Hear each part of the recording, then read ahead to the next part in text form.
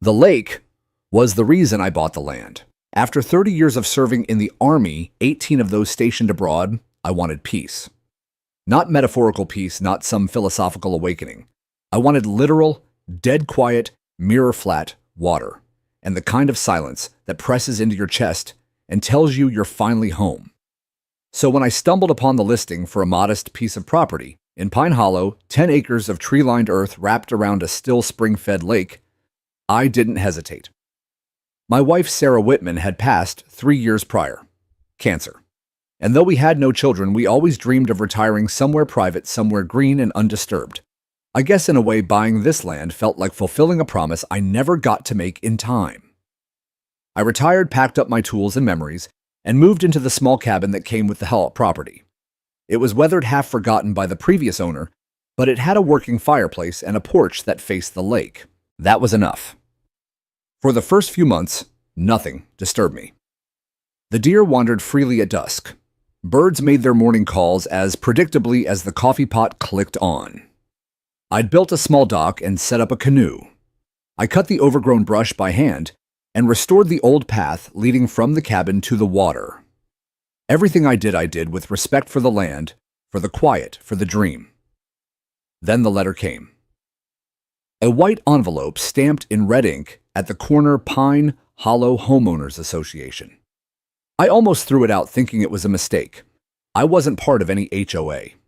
In fact, when I bought the land, my real estate agent assured me multiple times that it was unincorporated land, not subject to HOA jurisdiction.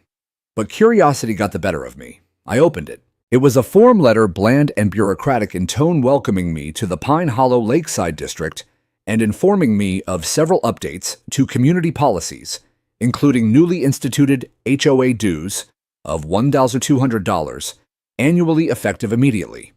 It also mentioned a community recreational area plan that would include shared access to all natural water features. My lake. Apparently. I read it twice, then again. My hands tightened around the paper. I didn't even know there was an HOA in the vicinity, let alone one bold enough to claim my land as part of their shared recreational vision. The contact at the bottom of the letter was listed as Karen Delaney, President, Pine Hollow, HOA. She left a number and an email. I called. No answer. Straight to voicemail. I wrote a terse but polite email attaching my deed, highlighting the clear property lines, and stating that my land was private, fully owned, with no encumbrances, no easements, and most importantly, no HOA affiliation. No response. I shrugged it off, thinking it was a clerical error or some overeager volunteer drunk on administrative power. I didn't want trouble. I wanted solitude. A week passed. Then on a Saturday morning, I heard laughter echoing from the water. I stepped onto my porch, squinting through the sunlit trees, and there on the edge of my lake were 4 strangers setting up folding chairs and a cooler. Kids splashed in the shallows while a man cast a fishing line off my dock. My dock. I walked down calmly, trying not to let the pounding in my chest rise too far.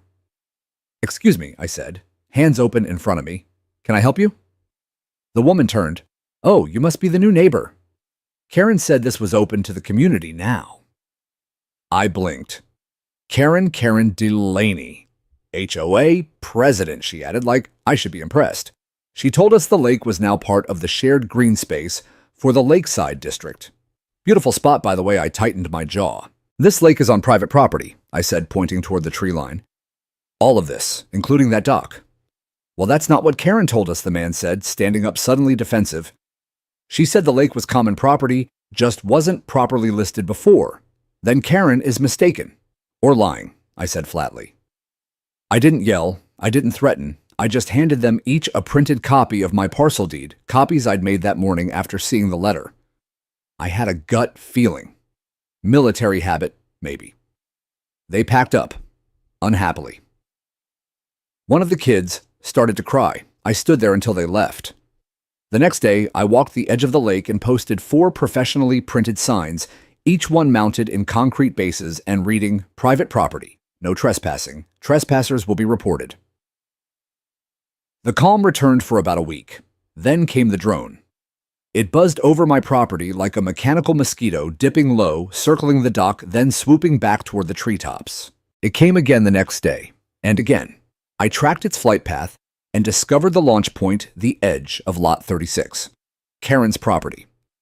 She lived in one of those faux Tuscan two-story houses with a view of the main road and a perfectly symmetrical garden that looked like it had never been stepped on by actual humans. I walked over respectfully, of course. I rang the doorbell and waited. Karen Delaney answered the door with a smile that didn't touch her eyes. "I assume you've been enjoying your new place," she asked, folding her arms. "I'm here about the drone," I said, "and the people who came onto my lake." She sighed like I was some difficult child. "Mr. Jack Whitman." "Mr. Whitman." "I understand you may not be aware, but the HOA recently expanded its oversight to include all adjacent parcels that benefit from Pine Hollow infrastructure. I have my own well and septic system. I maintain my own road. I'm not connected to any HOA services. While the new map we filed with the county, I raised a hand. I checked the plat records this morning. Nothing's changed. My property is not under your jurisdiction." She blinked, but held her ground. "Our legal team interprets it differently." That set something off in me. I nodded slowly. "Then I guess we'll let the county judge interpret it next." I turned and walked away, her smile now gone. As I crossed back toward my property, I noticed something new: 3 real estate signs stuck just outside the tree line. They weren't on my land. Not quite, but the words chilled me. Pine Hollow. Lakeside access lots. Now available includes lake access, contact HOA president for details. My fists clenched at my sides. They weren't just claiming the lake. They were trying to sell it, or at least the illusion of access. They were using my land to raise their property values. And I knew right then, standing at the edge of that tree line, with the last light of day spilling gold across my lake, that this wasn't going to stop. Not on its own. Not politely. Not unless I made it stop. I didn't sleep that night. I sat on the porch, a thermos of black coffee resting between my palms, the lake dim under the moonlight.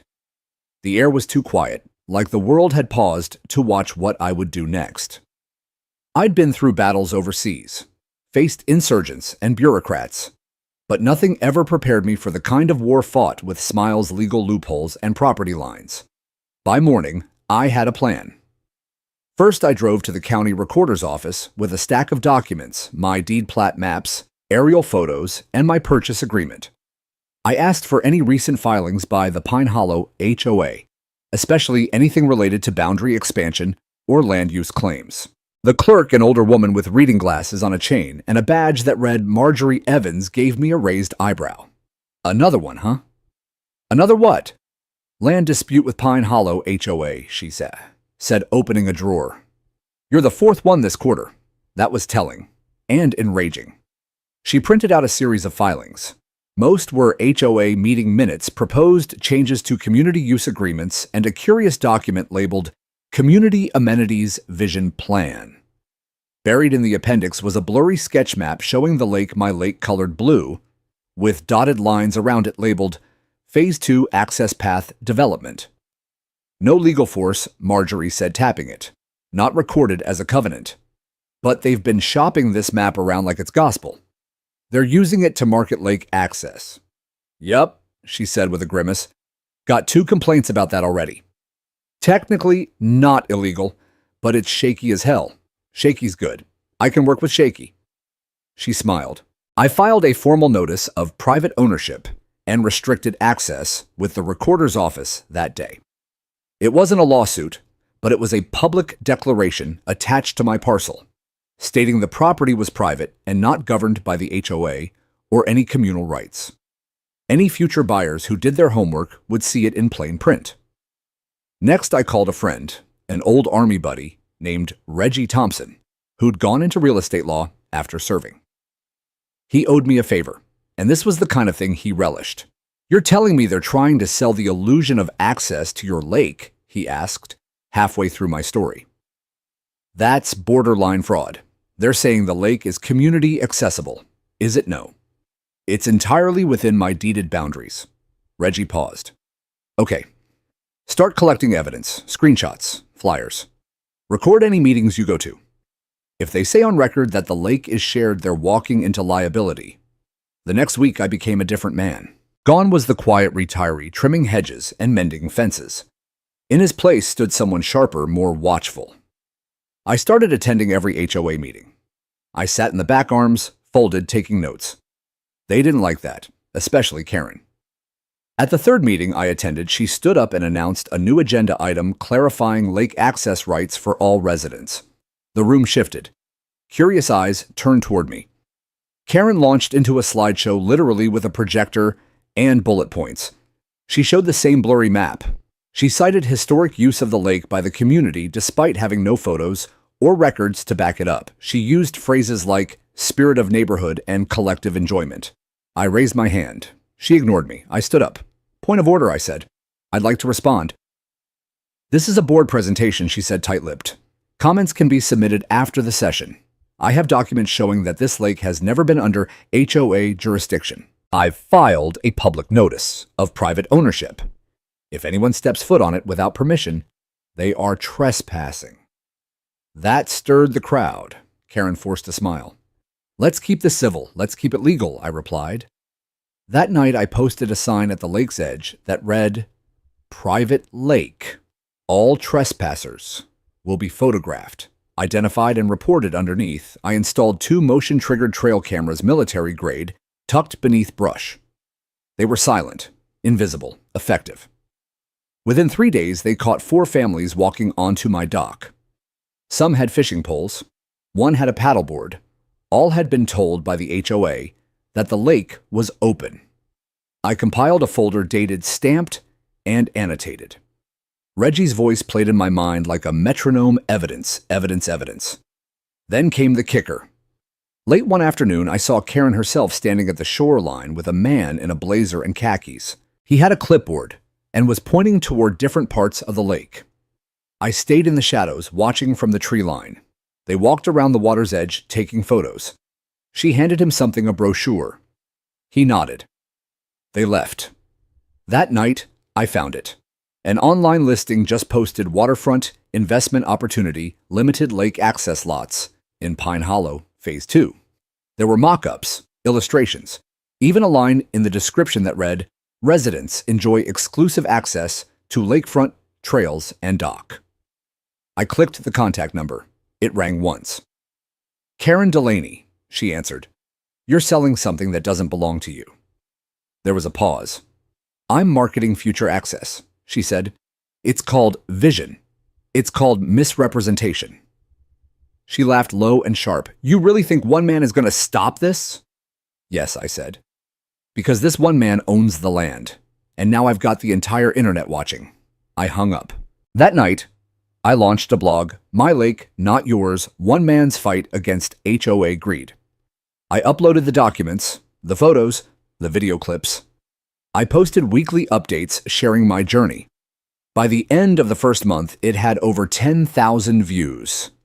Then a reporter from the local station called. The news van pulled into my gravel driveway just as the sun broke the horizon, painting the lake in shades of copper and pink. I stood at the end of the dock, arms crossed, watching the ripples lap gently against the shore the way they always did, when the morning wind came down from the pines. This wasn't the peace I had imagined when I moved here. But something about that morning, the distant hum of tires, the way the cameraman stepped carefully on the frost-hardened ground, told me that the story was about to turn. The reporter, Elise Thomas, greeted me with an eager handshake and a notepad already full of questions. She didn't waste time with pleasantries. So you're saying the HOA is falsely advertising lake access that legally belongs to you? Not just advertising it, I replied. They're selling the idea of it. Karen Delaney, the president, has hosted walkthroughs on my land without permission. And you have proof of that? I nodded.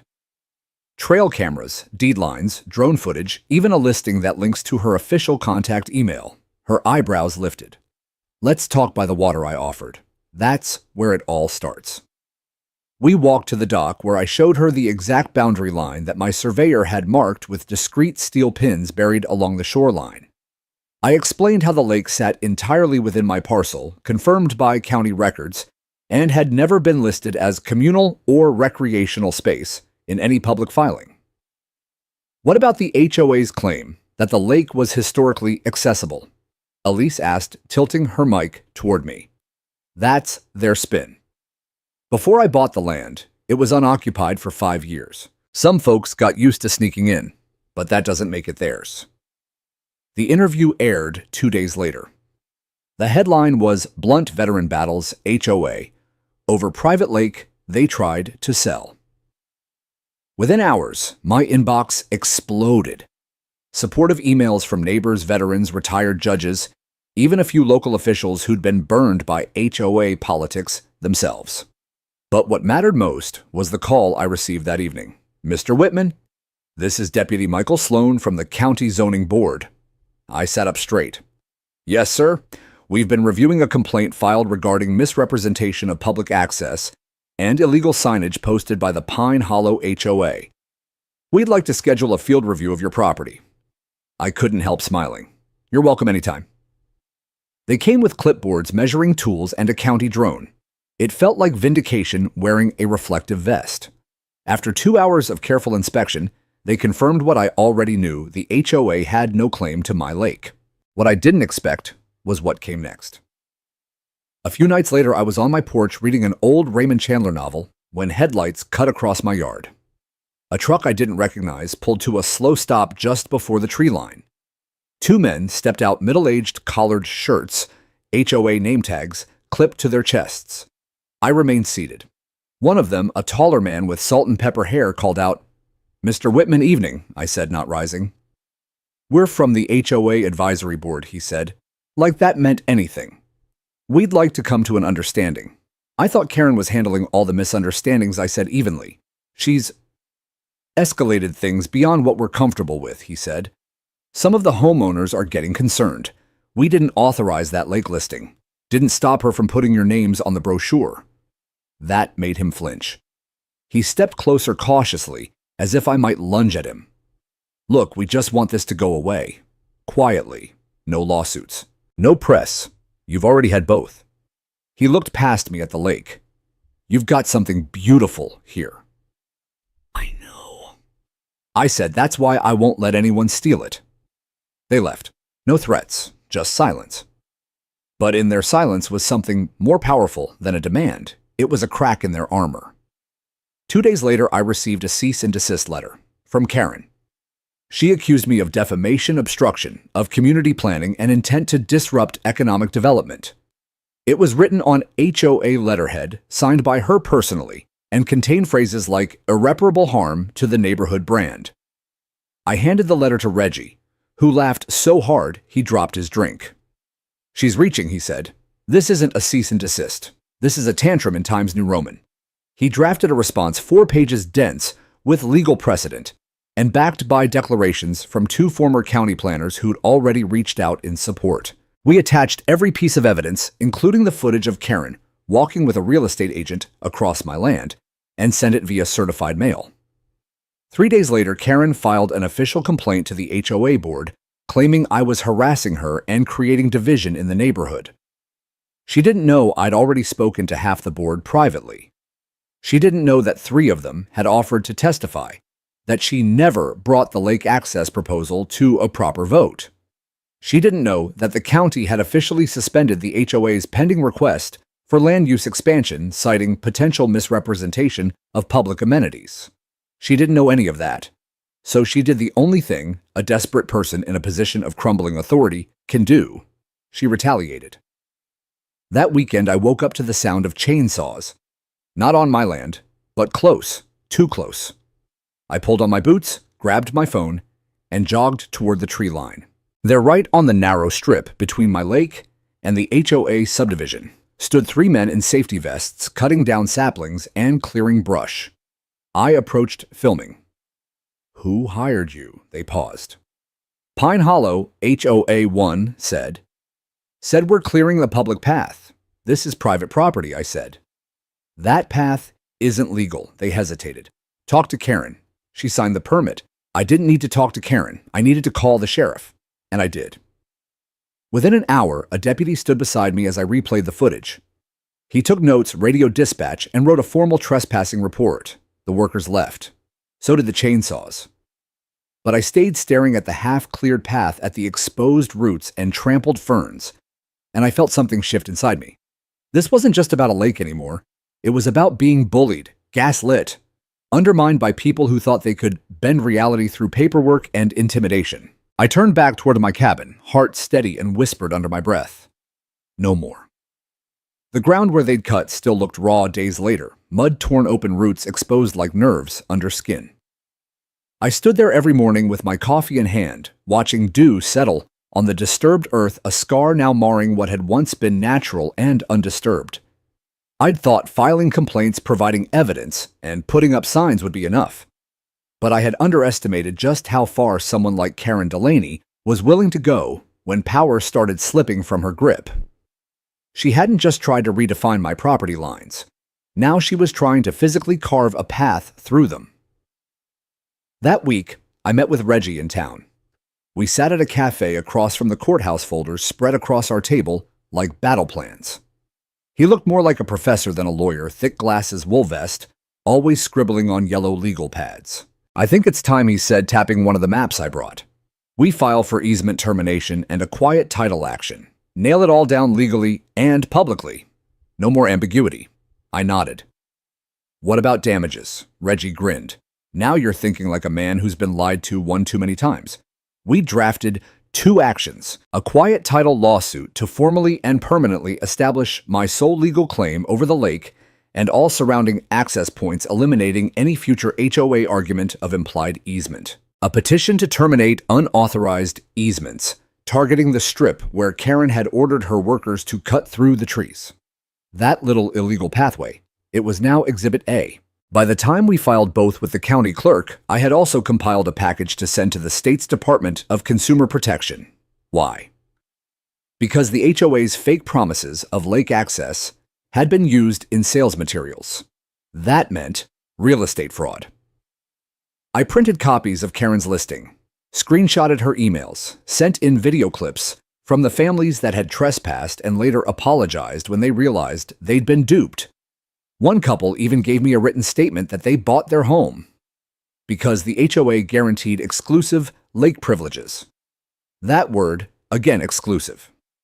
The illusion of luxury backed by lies. Karen had created a fantasy world and sold it like it was fact. But fantasies collapse when faced with truth, and the truth was starting to catch up. A week after filing, I received a formal notice that the county court had accepted my quiet title case. They even fast-tracked it, citing potential public confusion and financial harm due to disputed real estate marketing. Reggie called me the same afternoon. "You'll want to sit down for this," he said. "What now?" "She's countersuing. On what grounds?" "She claims the lake is part of a communal drainage basin under the Regional Water Management Plan. She's citing a water ordinance from 1986 that doesn't even mention Pine Hollow." I laughed. "Is she serious?" "She's reaching so far, she's going to dislocate her entire legal strategy," Reggie replied. But I didn't underestimate her anymore, because Karen wasn't working alone. The next day, a notice from the HOA arrived, taped to my mailbox, bold red letters at the top. Violation notice, unauthorized fencing and signage. They were fining me for putting up fences on my own property. According to the letter, I owed $500 in non-compliance dues for obstruction of proposed community access paths. The language was laughably circular. They were trying to penalize me for blocking a path that was never legal to begin with. But there was a deeper tactic at play: financial harassment. If they couldn't win in court, they'd try to bury me in threats and fees, death by paperwork. They'd picked the wrong man. I scanned the letter, wrote "Return to sender non-HOA member" across it in permanent marker, and mailed it back. I also filed a report with the Postmaster General for misuse of mail to attempt collection of unauthorized debt. Reggie filed a request for injunctive relief. If granted, the HOA would be legally barred from issuing further fines or entering my property until the court resolved our case. And then I took it one step further. I filed a formal petition to inspect HOA financial records, which under state law I was entitled to as a resident affected by their decisions. My goal wasn't to find anything in particular, but sometimes when you lift a rock, you find more than ants. And oh, did we.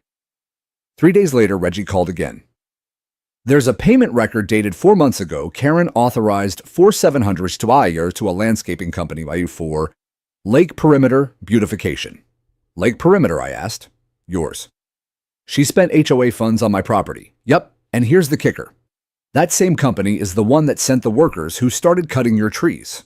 Now we had her on 2 counts, unauthorized land use and misappropriation of HOA funds, possibly fraud. I filed a criminal complaint with the county sheriff, and this time they responded swiftly. Detective James Holt came to my cabin the next morning. He wore jeans boots and a badge clipped to his belt. No pretense, no suit. He listened to everything. Took photos, logged GPS coordinates of the cut brush, collected copies of HOA budgets Reggie had pulled. He even took my trail cam footage. Don't worry, he said, as he zipped his folder shut. This isn't going to end the way they think it is. Karen must have felt it too, because 2 days later a real estate sign popped up in front of her house. For sale by owner. I stared at it for a long time. She hadn't won. She was bailing. But this wasn't over. Not yet. Because that lot she owned, the one right beside mine, the one she always used as her back entrance to the lake, it was about to go on the market, and I had cash ready. The for sale sign didn't just appear out of nowhere. It was a signal flare, a white flag dressed as a real estate listing. Karen Delaney wasn't leaving out of convenience or retirement plans. She was cornered, outmaneuvered, and for the first time in her life, powerless. I didn't smile when I saw it. I didn't feel triumphant. I just felt focused. Her lot 27, sat directly between the main HOA subdivision and the narrow forest path she had tried to carve along my lake. Without it, there was no route, no point of access, no leverage. She'd spent months trying to bully, lie, and finesse her way into control. But in the end, she did the one thing I never expected. She opened the door. I called Reggie that same afternoon. She's listing lot 27. He paused on the other end of the line. That's the choke point. I know. I want it. Reggie whistled low. You got the cash ready. I've got more than enough. Ever since I sold a family property years ago back east, I'd kept the money in a quiet investment account, untouched, growing slowly, meant for some hypothetical future. Maybe a second cabin. Maybe a travel fund I'd never use. But now, it had a purpose, a keystone role. Let me reach out to the listing agent, Reggie said. We'll make this clean. No drama, just business. I agreed, but part of me knew there's no such thing as just business in a neighborhood ruled by politics and pride. We made the first offer within 24 hours of the sign, going up full asking price cash. No contingencies. The agent, a neutral party, unfamiliar with the long war behind the trees, was delighted. You must really love that lake, she joked over the phone. You have no idea. I expected Karen to stall, to protest, to reject out of spite, but within 48 hours, she accepted. Reggie and I double-checked everything. The title was clean. There were no liens, no surprise covenants buried in fine print. In fact, her ownership was so straightforward, it almost felt suspicious, until we realized why. She's running, Reggie said. Once that fraud investigation opened up, she knew it was only a matter of time before someone pressed charges. He was right. By selling the lot, she was liquidating and disappearing. She would leave behind the mess she made, let the HOA collapse into infighting, and vanish with whatever dignity she had left. Fine by me, because now I owned lot 27, and that changed everything.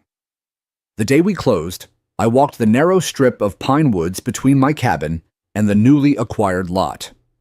It was a forgotten space, no paths, no lighting, just overgrown brush and oak leaves carpeting the ground. But I saw it clearly. I saw a gate. I saw a fence that stretched across the entire edge of the lake-facing side, cutting off the fantasy of access once and for all. I called a contractor. Gave him simple specs, steel-reinforced posts, 12-foot sections, privacy boards, motion-triggered lights, and a security gate with digital keypads. He raised an eyebrow. That's a fortress. It's a line in the sand. He started that week. The construction took 3 days. On the morning of the 4th, I stood at the entrance of the new gate and installed one final sign, private property. No HOA access, trespassers will be prosecuted. It was bold, clean, and legal. It was also very, very visible from the edge of the HOA walking trail. The HOA board panicked. Karen was already gone, moved out under the cover of night, according to one neighbor. A moving truck, 2 SUVs, and the silence of someone who'd lost more than a home. No goodbye, no explanation.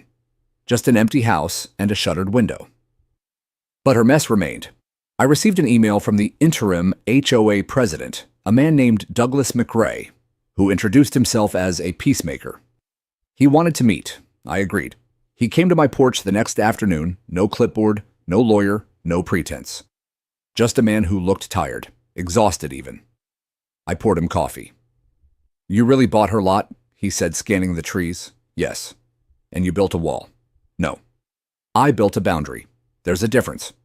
He nodded. "She fooled a lot of people," he admitted. "I should have spoken up earlier. But she ran everything so tightly. People were afraid of being fined, ostracized. You know how that goes." "I do." "We'd like to make amends," he said. "The board is voting to revise the bylaws. We're removing any reference to lake access, officially, permanently. That's a good start." He reached into his folder and handed me a draft letter apology clarification and a formal public notice to be mailed to every homeowner. The lake is private property. No current or future HOA member shall represent otherwise. I read it carefully. Every word, every comma. Then I nodded. "You do this and I'll consider the matter closed." He exhaled deeply, like he'd been holding his breath since the day Karen first drew her imaginary map around my lake. As he left, he turned and said, "Some of us were wrong. We let her shape the story.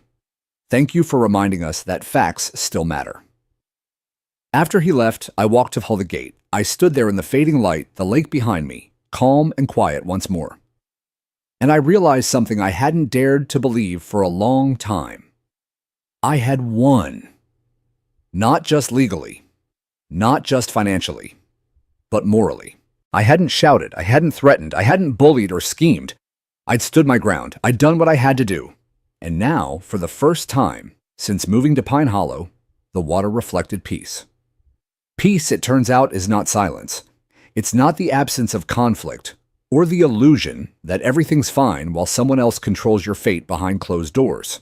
Real peace, the kind you can sit with at sunrise with a cup of coffee in your hand, and your name still sharp on the land beneath your feet, is built.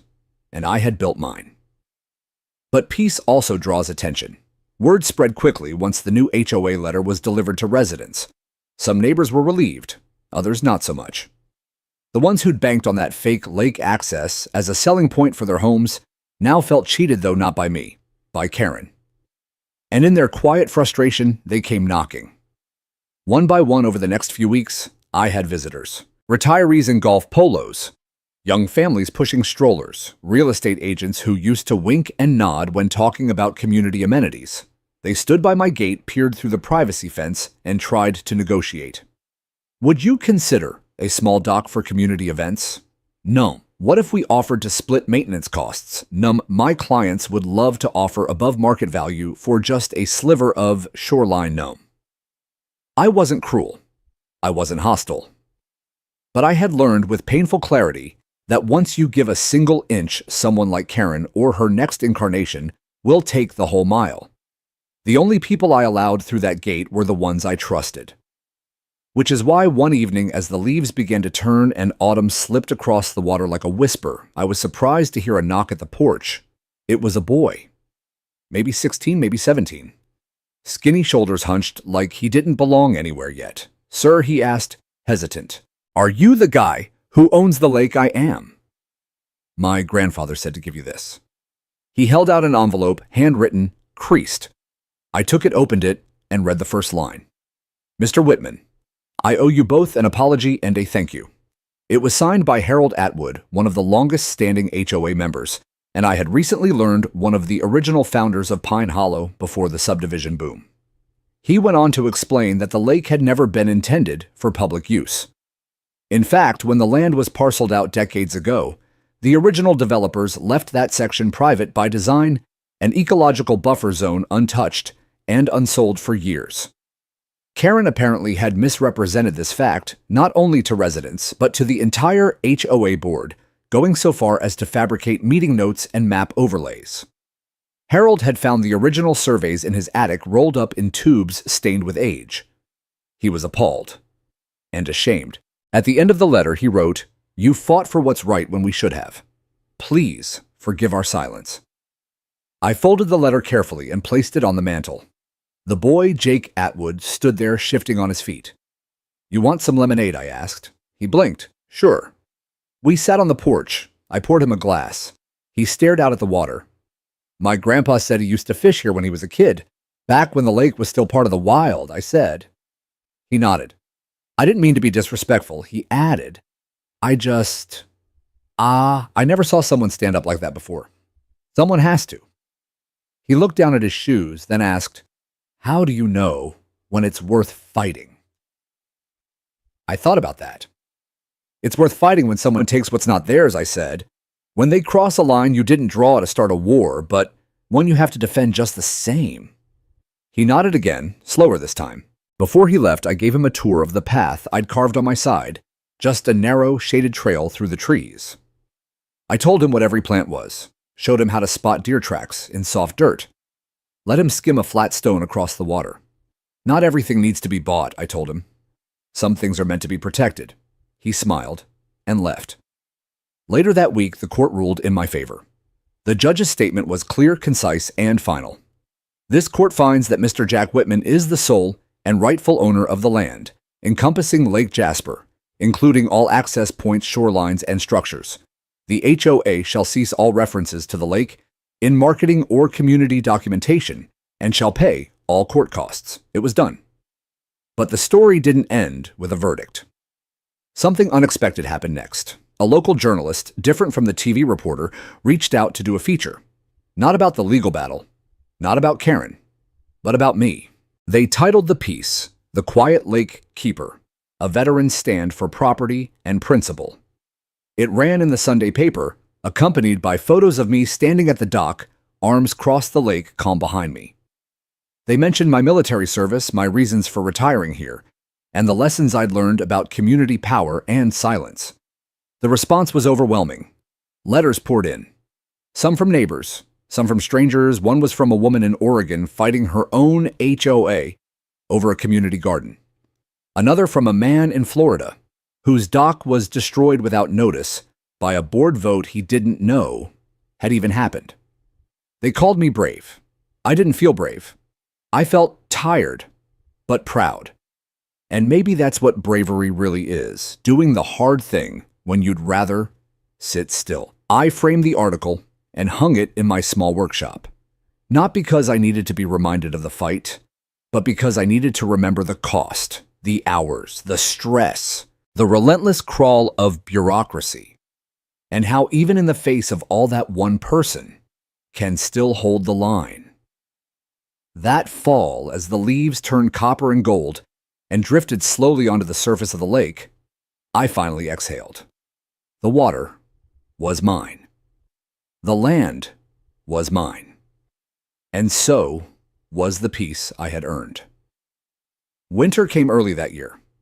Frost began lacing the tips of the dock by mid-November, and every morning I'd step outside with my coffee, the steam rising from the mug as mist drifted slowly off the lake like a veil. It was quiet again, not the tense silence of legal waiting or neighborhood whispers, but real quiet, earned quiet. That stillness let me feel the weight I'd been carrying. For months, I'd lived in a state of quiet resistance, always alert, always anticipating the next letter, the next notice, the next subtle escalation. And now, with the court ruling behind me and the HOA's silence settling like snowfall, I had space to feel tired. But more than that, I felt something I hadn't felt in a long time, free. One morning, I walked the perimeter of both my properties, my original lot with the cabin and lake, and the newly acquired Lot 27, now fully integrated behind the privacy gate. I marked trees for trimming, removed a few downed limbs after a storm, and stopped every so often to listen to the stillness. There's a kind of healing that only comes from watching the place you fought for return to its natural rhythm. Birds returning to old nests, squirrels dashing across the fence beams. Even the way the wind cut through the pines differently now that the fake trail Karen's team had tried to carve had grown over. I began making small improvements, things I'd postponed while I was under siege. A new footbridge over the marshy patch near the north end. Repainting the boathouse door. Installing a weatherproof camera system not out of paranoia, but practicality. I wanted the land to stay secure, yes, but I also wanted peace of mind, to stop being something I had to guard every hour of the day. Around that time, I received a formal invitation to speak at the Pine Hollow Town Hall. It wasn't a trap or an ambush, it was an honest invitation. The board was restructuring and wanted to hear from me as part of a broader conversation about transparency ethics and boundaries in community governance. I almost declined, but something about the gesture mattered. I wasn't just fighting against something anymore, I was being asked to help shape what came next. So I went. I sat under fluorescent lights in a room of 30 or so homeowners, most of them familiar faces now. There were a few awkward glances, a few sheepish smiles. But there was no hostility. Douglas McRae, the interim president, introduced me without fanfare. I stood and told my story.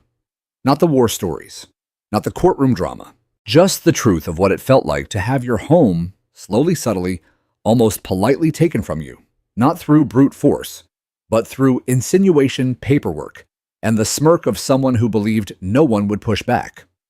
I told them I wasn't angry anymore, but I was vigilant, and I hoped they would be too. Afterward, people clapped, not out of celebration, but solidarity. A few asked questions. One woman, Lisa Bennett, a single mother new to the neighborhood, asked how she could ensure her voice mattered in board decisions. Be the first to read the minutes, I said, and the first to ask what's not in them. She smiled and wrote that down. I left the meeting feeling lighter.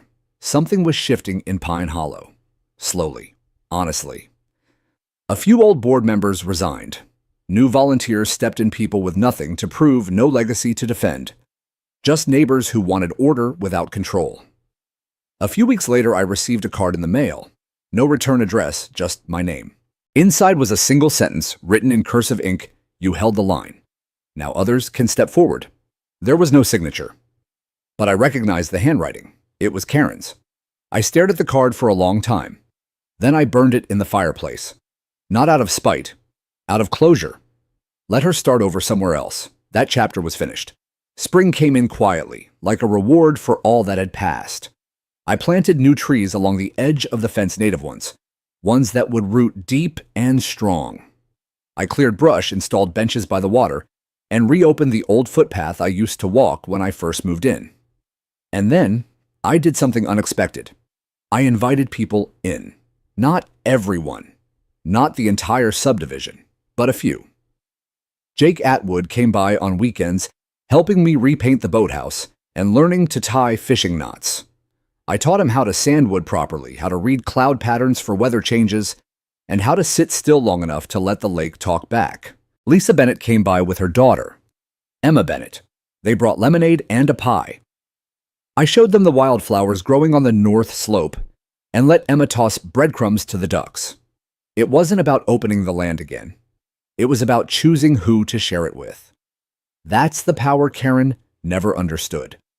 Ownership isn't about shutting others out. It's about having the right to decide when and if you open the gate. And for the first time, I didn't feel like a fortress builder. I felt like a steward, a guardian, someone who'd fought not just to win, but to preserve something real for himself and for whoever might come next and need the strength to say no more. The year passed quietly. Seasons moved across the lake like layers of paint, icy whites in winter, fresh greens in spring, the heavy golds of summer, and now again, the burnished red of fall. I had never marked time by nature before I moved here. In the Army, we marked it by deployments, rotations, losses, But here, time felt like something I lived with, not something I fought against. Lot 27. The land I reclaimed from Karen's ambition had become more than just a buffer. I turned it into a wild meadow, sowed native grasses, installed birdhouses, and let it breathe. I planted a single oak tree in the center, young, straight, steady, and every morning I checked on it like it was a sentinel standing guard. And in some ways it was. I still got letters. Not from the HOA, those stopped months ago, but from strangers. People who'd read the newspaper article or found the blog I'd left online. Some wanted advice. Others wanted to vent. A few just wanted to know they weren't crazy. That was the word that kept appearing in those messages. Crazy. Am I crazy? Or is my HOA allowed to tow my car without notice? Am I crazy, or can they fine me for having a wind chime? Am I crazy? Or did I just get told that painting my front door beige is a visual hazard? They weren't crazy, but they were trapped, just like I had been. So I started replying. Not long essays, not legal consultations. I'm not a lawyer. But I told them what I'd learned, document everything. Stay calm, never take them at their word. And most of all, read your deed, not their pamphlet. Eventually, I turned those replies into a small guide, the homeowner's quiet guide to fighting back. It was simple, plain-spoken, and downloadable for free. And it spread. The blog gained traction. People shared it in neighborhood forums, real estate groups, even legal Reddit threads. One weekend, I woke up to find that a well-known real estate YouTuber had mentioned it in a video. That post alone brought in 20,000 new visitors. I was stunned and oddly comforted because it meant I wasn't alone. It also meant I had a responsibility. I started recording short audio versions of my blog entries. Nothing fancy, just my voice, a simple mic, the sound of birds in the background. I called the series Notes from the Lake. Each entry was 5 to 10 minutes long. Lessons learned, small stories. Reminders of what to watch for in your HOA agreements. And people listened. They wrote back, asking for more. One woman in Arizona told me she played the episodes while pruning her cactus garden, imagining herself standing by a real lake one day. Another man in North Carolina said my voice reminded him of his grandfather, and that my words helped him stay grounded during a 3-year battle over backyard chickens. I never intended to become anything more than a retired man with a lake and a long memory. But somehow I had become something else, a witness. Not a preacher, not a hero, just a man who had been tested and chose to speak plainly when others stayed quiet. And maybe that was enough. One afternoon, I received a certified letter from the county.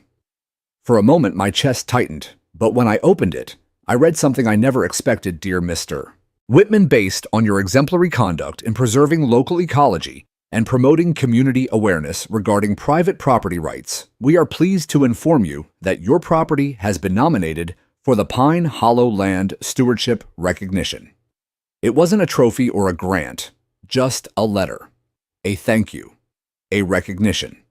And it meant more to me than any medal I'd worn in uniform, because it came from the place I had chosen to defend, not with weapons, but with resolve. I pinned it on the inside of my workshop door where I could see it each time I reached for a tool. That evening, as I stood by the dock, the oak tree in the distance, now a foot taller than when I'd planted it, I realized something. This land no longer carried the tension of battle. It had become a place of restoration. And I somehow had become part of that restoration. Not just for the land, but for myself. Because I hadn't just won a lawsuit. I had reclaimed my time, my voice, my story. And in doing so, I had made space for others to reclaim theirs. The lake, as always, reflected only what was honest. And for the first time in a long time when I looked into it, I saw peace looking back. By the following spring, I began to realize that peace wasn't a destination. It was a routine. There were no more threats taped to my mailbox, no more uninvited guests wandering down to the dock. The HOA's presence had receded like a tide, leaving behind only the faint traces of what had once been a siege. And in its place, something else had grown quiet respect. One Saturday morning, I found a small brown envelope on my porch bench. Inside was a handwritten note from a teenage boy, Jake Atwood, the same one who had delivered Harold's apology last year. Mr. Whitman. It began. I was wondering if I could build my Eagle Scout project on the trail by the oak tree. It would be a small bench for people to sit and watch the lake. I'll do all the work myself. Just wanted to ask first. I smiled. The boy who once looked down at his shoes now wanted to build something here, to leave something behind. It was the best kind of sign, not of surrender or authority, but of trust. I wrote him back immediately, Jake, that would be an honor. Jack. He built the bench with quiet care. I watched from a distance, not hovering, just admiring the way he measured twice before each cut, the way he consulted diagrams like they were treasure maps. His friends helped nervous at first, but they warmed up quickly. When it was done, they invited me to the small ceremony. Nothing fancy, just a few families, some lemonade, and a hand-painted plaque that read, "For rest, reflection, and respect built with gratitude." They even asked me to say a few words. I kept it short. I once had to fight to protect this place, I said. Now I get to watch others build something better on it. That's the best ending I could have asked for. Afterward, Lisa Bennett came up to me. She looked like she'd been carrying a weight for a long time, and maybe for a moment had put it down. "Thank you," she said, "for not shutting everyone out." I thought about it, I admitted, but walls don't make peace. Boundaries do. She nodded, and I watched Emma chase butterflies by the waterline. I had kept the lake safe for her too, for a future I might never see. That spring brought more than wildflowers. It brought closure. The final piece came unexpectedly in the form of an email. Not from a neighbor. Not from the HOA. From a woman named Clara Mendez, a legal consultant working with a state initiative on HOA reform. She had read my blog, listened to the audio stories, and now she wanted to interview me. Not as a plaintiff, not as a victim, but as a case study in resistance done right. Her team was working on a toolkit for homeowners, especially older residents, who felt powerless against their HOA boards. She wanted to use my story to illustrate how to fight back ethically, legally, and strategically. "You didn't rage," she said during our Zoom call. "You documented. You organized. You persisted. That matters." It was strange being seen like that. Not as a grump with a fence, but as someone who'd built a blueprint others could follow. We talked for an hour. She asked good questions, hard ones. What was the worst moment, she asked. I thought about it. Standing at the edge of my own lake, I said, watching strangers walk across my dock like it already belonged to them. That moment, I felt invisible. And the best moment, I didn't have to think. Standing in the same spot months later, holding the court ruling in my hand, knowing I was no longer alone, that I had turned invisible into undeniable. She smiled. "That's going in the toolkit," I laughed. "At least spell my name right." When the toolkit launched months later, I received a bound copy in the mail. My story was in Chapter 3, under the heading, "The Lake, the Fence, and the Man Who Drew the Line." I didn't expect the pride that welled up reading that title, but it came slow, warm, and real. That summer, I reopened the path through the Lot 27. Not wide, not marked, just a gentle foot trail from the edge of the fence to the water's edge, winding past the oak and Jake's bench. I didn't tell anyone. I didn't advertise. But those who knew found their way. A widow from 3 houses down brought her sketchbook and sat quietly drawing the reflection of cattails in the water. 2 boys from the cul-de-sac asked if they could catch minnows. I gave them jars and told them to put the rocks back where they found them. And one morning I found a bouquet of wildflowers on the bench with a note that simply read, "Thank you for keeping the lake safe." I never found out who left it. But I didn't need to, because what mattered wasn't the victory anymore. It was what came after. The calm, the shared silence, the quiet resilience of a place, and a man no longer afraid of being erased. The lake outlasted the noise. That's what I think about most now, sitting on the dock in the late summer light, my feet bare, the air thick with the hum of cicadas, and the warm scent of pine resin. The fight was long, ugly at times, but it passed, and what remains is mine. Not just the property lines or court victories, not just the paperwork or the newly planted oak. What remains is dignity. The sense that I stood for something when it mattered most, and I didn't let anyone HOA or otherwise rewrite the truth of what I had built, what I had preserved. They tried, didn't they? Karen tried. The HOA tried. They dressed up their ambition in community slogans and legalese in red-lettered notices and neighborhood smiles. They assumed no one would push back, especially not an old man with a dock and a stack of deed papers. But they didn't see what I'd seen. Didn't know the battles I'd fought overseas in frozen zones and desert heat, where the enemy wasn't paperwork, but bullets, and where you learned that the only way to hold your ground was to claim it with your whole soul. They didn't know that land wasn't just acreage to me. It was memory, promise, peace. And in the end, their scheming collapsed under the weight of something far heavier than laws: truth. Truth and time. This place healed with time. So did I. I wake up now, not with tension in my shoulders, but with quiet purpose. The first thing I do is open the back screen door, let the wind move through the cabin, and listen to the morning. Some days I fish. Some days I sand down old cedar planks and fix the railing. Some days I just walk the path past Jake's bench and touch the bark of the young oak growing straighter every year, its roots deepening into the soil I fought to protect. I still keep the trail cameras up, though mostly out of habit. They capture wildlife, now foxes, deer, the occasional heron passing through. No intruders, no trespassers. Just the rhythm of a place returned to itself. The HOA has changed. Douglas stayed on as president, but the tone is different now, quieter, more human. They focus on sidewalks and seasonal planting, not surveillance. They publish their minutes openly. And they never speak of the lake. Not in meetings, not in emails, not in brochures. It's become almost sacred, that silence. The lake is still mine. But it's also a symbol now, not just to me. A few weeks ago, a young couple from the other end of the neighborhood stopped me while I was trimming hedges. "Are you Mr. Whitman?" the woman asked. "The one from the article, I suppose I am." She smiled. "We just moved in. We wanted to say thank you. We read everything before buying here. And because of you, we knew what to look for. We felt safe choosing this place. Safe." It hit me harder than I expected. That's what this whole journey had been about. Not vengeance, not punishment, safety. The right to feel safe in your home, safe from manipulation, safe from manufactured authority, safe from the idea that someone else can redefine the limits of your life without your say. The man beside her added, "If you ever host a community fire pit night, we'd love to bring marshmallows." I chuckled. No fire pits on the dock, but I'll keep it in mind. We talked a while longer, then parted ways.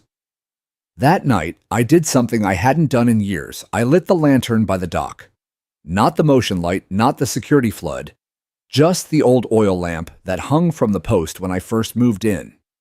It gave off a soft amber glow, flickering against the water as if the lake were remembering with me. I sat beside it and listened.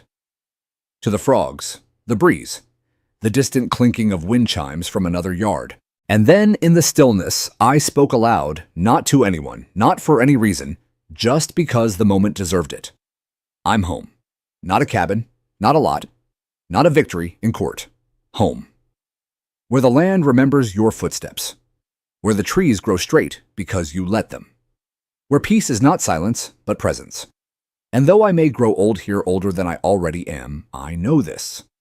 The lake will endure, and so will the story of the man who said no, and meant it.